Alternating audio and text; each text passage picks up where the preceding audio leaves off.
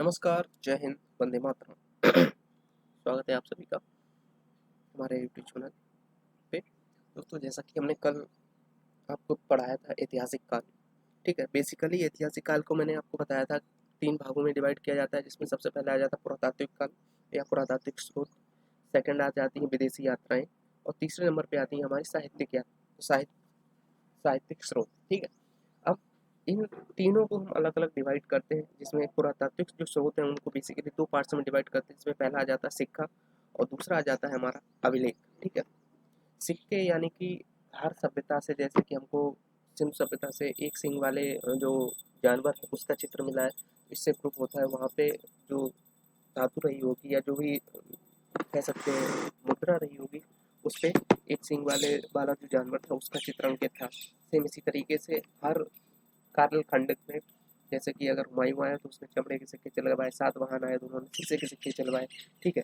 और कनिष्क आए उसने स्वर्ण के सिक्के चलवाए, यवन हिंद यवन आए उन्होंने भी स्वर्ण के सिक्के चलवाए। इस तरीके से हर कह सकते हैं कि जो भी शासक आया, जिस कालखंड में आया, उन्होंने अपने अनुसार अपनी मतलब इच्छा शक्ति के अनुसार अपने अपने मतलब कि सिक्के चलवाए, जिसपे उन्होंने अपने नामों को अंकित करवाया, अपने चित्रों को अंकित करवाया। तो उस संदर्भ में सिक्कों से जो उस कालखंड की जानकारी मिलती है सिक्कों से मिलती है, ठीक है। सेम इसी तरीके से अभिलेखों के बारे में तो आपको पता ही होगा कि हर शासक ने अपने अपने अभिलेख बनवा के खड़े किए थे, जिसमें गुफा अभिलेख भी हो सकते हैं, स्तंभ अभिलेख हो सकते हैं और बेसिकली छोटे मोटे अभिलेख भी हो सकते थे, ठीक है। अब विदेशी यात्राओं के बारे में यदि हम बात करें तो विदेशी यात्राओं से जो भारत में विदेशी यात्री आए हैं, जैसे फाइयान है और हेनसांग है, ठीक है। इसके संदर्भ में जो मुगल आक्रमणकारी आए थे उनके साथ में अलबरूनी उतवी, वो सारे लोग थे। इसी के अलावा अगर बात करते हैं इबन बतूता वगैरह, तो ये सारे जितने भी विदेशी यात्री आए उन्होंने अपने यात्रा वृतांत लिखे, वो कहाँ कहाँ गए, तो उनकी कुछ पुस्तकें हैं, ठीक है। तो उस संदर्भ में जो उस समय की जानकारी मिलती है तो वो विदेशी यात्रा के जितने भी हैं उनके अनुसार मिलती है, ठीक है। अब बात करते हैं अगर साहित्यिक स्रोत की, तो साहित्यिक स्रोत में बेसिकली 2 तरीके के स्रोतों को रखा गया है, जिसमें पहला आ जाता है धार्मिक स्रोत और दूसरा गैर धार्मिक। धार्मिक स्रोतों में बात करते हैं तो उस समय की अगर जानकारी मतलब जहाँ तक जानकारी मिलती है तो पूरी दुनिया में सिर्फ और सिर्फ सनातन धर्म ही विख्यात था। तो धार्मिक स्रोतों में बेसिकली 2 पार्ट्स आ जाते हैं, जिसमें एक है सनातन संस्कृति को मानने वाले लोग और दूसरे जो सनातन संस्कृति को नहीं मानते थे, जिसमें कि उस समय जैन धर्म का भी प्रादुर्भाव हो चुका था और बौद्ध धर्म का प्रादुर्भाव हो चुका था, ठीक है। तो जैन धर्म में सनातन धर्म में बेसिकली वेद, ऋग्वेद या वेद, वेदांग, पुराण, उपनिषद, महाकाव्य, इन सारी चीज़ों की चर्चा हुई है, जिनके स्रोत मिले हैं और वर्तमान में भी ये मौजूद हैं। इसी के साथ-साथ अगर हम गैर सनातन की बात करें, ठीक है, तो गैर सनातन में जैनिज़्म फैल चुका था हिंदुस्तान में या आधी दुनिया में, और इसी के साथ-साथ बौद्धिज़्म भी पूरी दुनिया में फैल चुका था। तो ये चूँकि ये जैन धर्म है और या बौद्ध धर्म है, ये सनातन संस्कृति से बिल्कुल उलट थे। तो इस वजह से इनको गैर सनातन जो साहित्य है उसमें रखा गया था, ठीक है।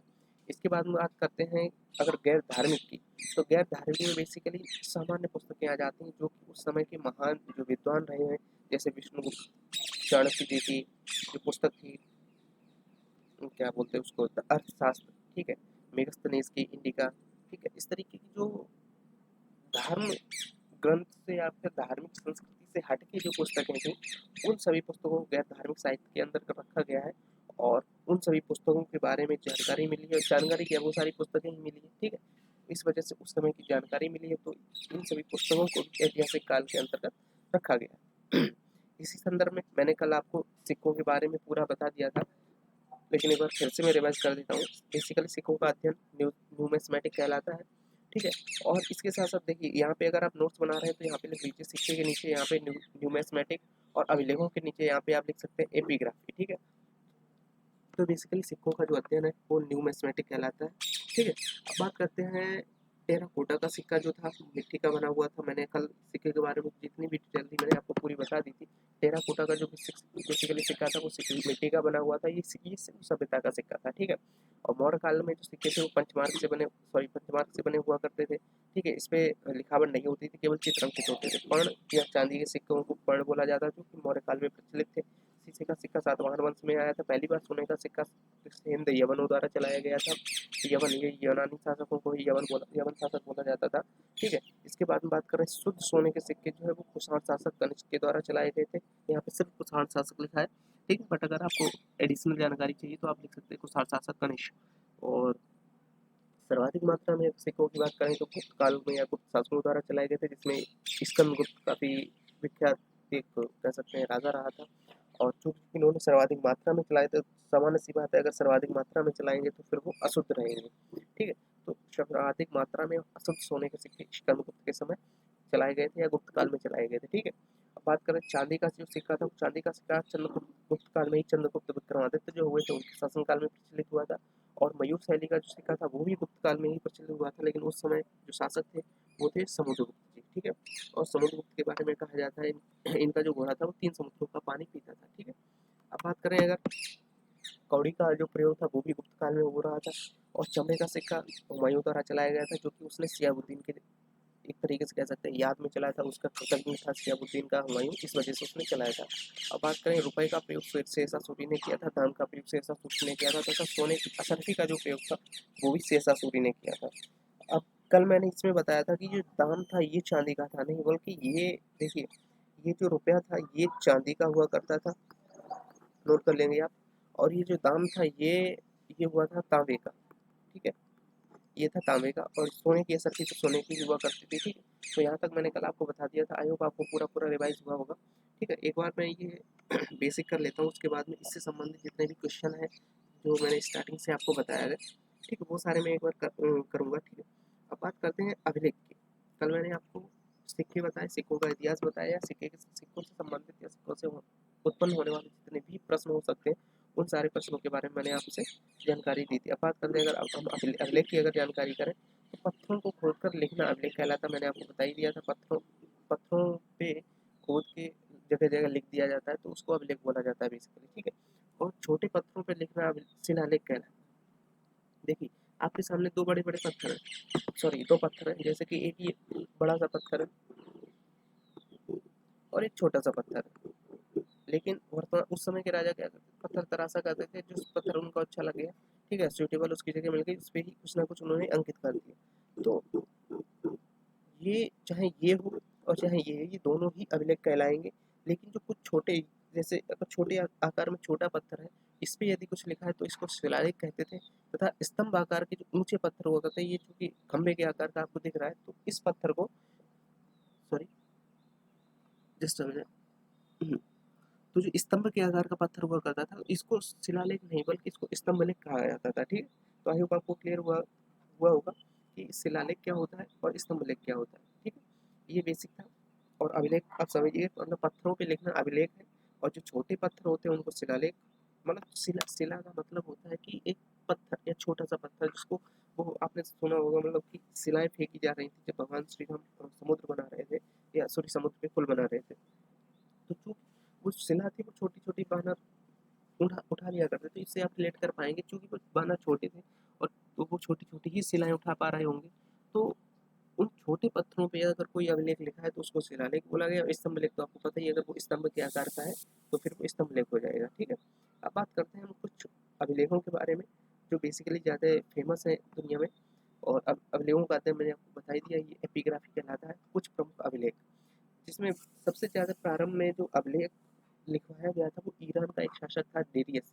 ठीक है, ये काफ़ी इंपॉर्टेंट हो जाता है कि जो पहली बार दुनिया में, देखिए मतलब कि इम्पोर्टेंट वही होता है या जो पहली बार हो या सबसे अंतिम बार हो। तो अंतिम तो अभी भी अभिलेख लिखे जा रहे होंगे कहीं ना कहीं। ठीक है, अब के समय में तो मतलब आपने देखा होगा गांव का प्रधान है या आपके गांव के सांसद ही ले, प्रधान तो बहुत छोटी चीज़ है, गांव का सांसद ही अगर एक गली का भी निर्माण करवा रहा है तो उसके मुहाने पे भी एक बड़ा सा पत्थर लगा देता है कि इस सड़क का निर्माण माननीय सांसद महोदय द्वारा है कि कर कमलों द्वारा फलाना ठिकाना करके, तो उन सभी को भी अभिलेख ही बोला जाएगा। ठीक है, तो अभिलेख तो चलते आ रहे हैं, लेकिन बात करते हैं अगर सबसे प्रारंभ में अभिलेख का निर्माण किया था या सबसे प्रारंभ में अभिलेख जिस व्यक्ति ने लिखवाया था वो ईरान का शासक था जिसका नाम था डेरियस। ठीक है, तो पहला अभिलेख वो बोगज कोई मिला है जो तुर्की एशिया में माइनर में स्थित है। ठीक है, ये और इम्पोर्टेंट हो जाए क्योंकि ये ईरान का शासक था, तो ईरान के आसपास ही कहीं ना कहीं पे मिला होगा अभिलेख। ठीक है, इससे आप रिलेट कर पाएंगे क्योंकि ईरान का शासक था तो ईरान के आसपास अभिलेख मिलेगा। अब ईरान के आसपास अभिलेख मिलेगा तो वो कहाँ पे मिलेगा, एशिया माइनर में। ठीक है, जो जगह का नाम है बोगसगोई। ठीक है, ये इंपॉर्टेंट हो जाता है। अब बात करते हैं कि भारत भारत के कुछ प्रमुख या प्रसिद्ध अभिलेखों के बारे में। तो सबसे पहला अभिलेख आ जाता है हाथी गुफा अभिलेख, जो कि उड़ीसा में है। इसको ध्यान रखिएगा। इसको कलिंग का जो राजा था खारवेल, इसने लिखवाया था, जिसमें कलिंग युद्ध की चर्चा है। और युद्ध के समय कलिंग का जो राजा था वो नंदराज था, और ये गंग वंश से संबंधित था।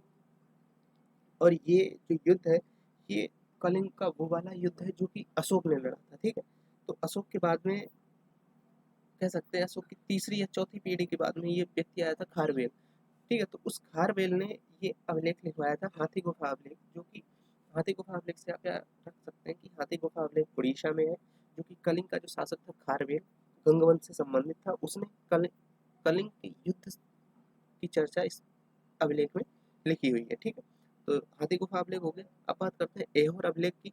तो ऐहोर अभिलेख बेसिकली ये राजस्थान में स्थित है तथा ये पुलकेशिन द्वितीय ने लिखवाया था।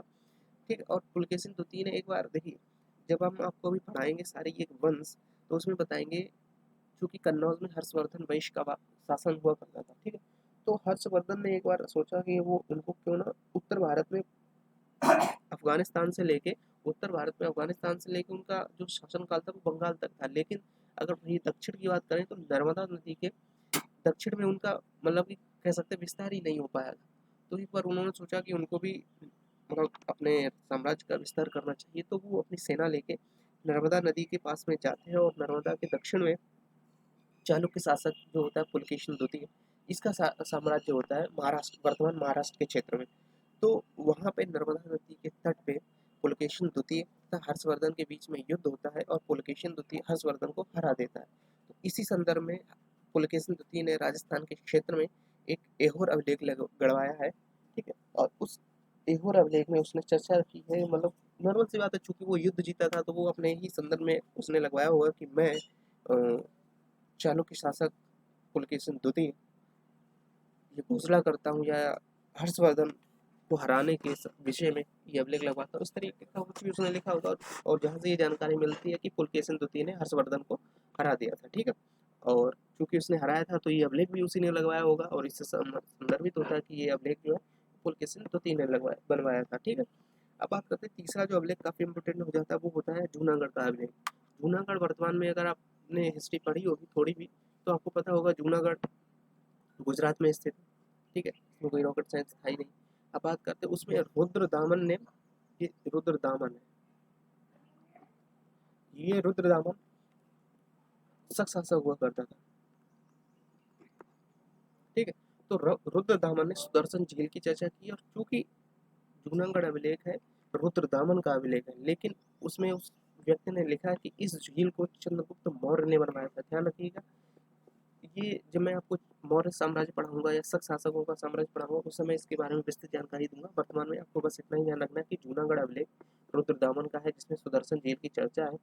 क्योंकि क्या है ना, एक मैं बता ही देता हूँ, जो ये रुद्र दामन है ये गुजरात विजय पे टिकला हुआ था। क्योंकि इनका गुजरात वाला जो क्षेत्र था उस पर ही इनका आधिपत्य था शकों का। ठीक है, तो वहाँ पे वो गया तो वो एक जो झील थी वो अस्त व्यस्त स्थिति में थी, लेकिन वहाँ पे उसने देखा कि यहाँ पे मतलब बहुत ही सुइटेबल तरीके से, बहुत ही सेपरेट तरीके से झील का निर्माण कराया गया। तो फिर उसने अपने पुराने लोगों से पूछा या जो भी थे कि इस झील का आखिर के बारे में क्या क्या है क्या। तो चूंकि ये जो रुद्रदामन था, ठीक है, ये लगभग ईसा बाद में लगभग 500-600 ईस्वी में आया था। लेकिन उससे लगभग 1000 वर्ष पूर्व की बात है, जब चंद्रगुप्त मौर्य ने इस झील का निर्माण करवाया था। तो कहीं ना कहीं छोटी मोटी जानकारी मिली थी, क्योंकि चंद्रगुप्त मौर्य के बाद में इस झील का जो एक कह सकते हैं कि इनोवेशन था या पुनर्निर्माण था, वो अशोक ने भी करवाया।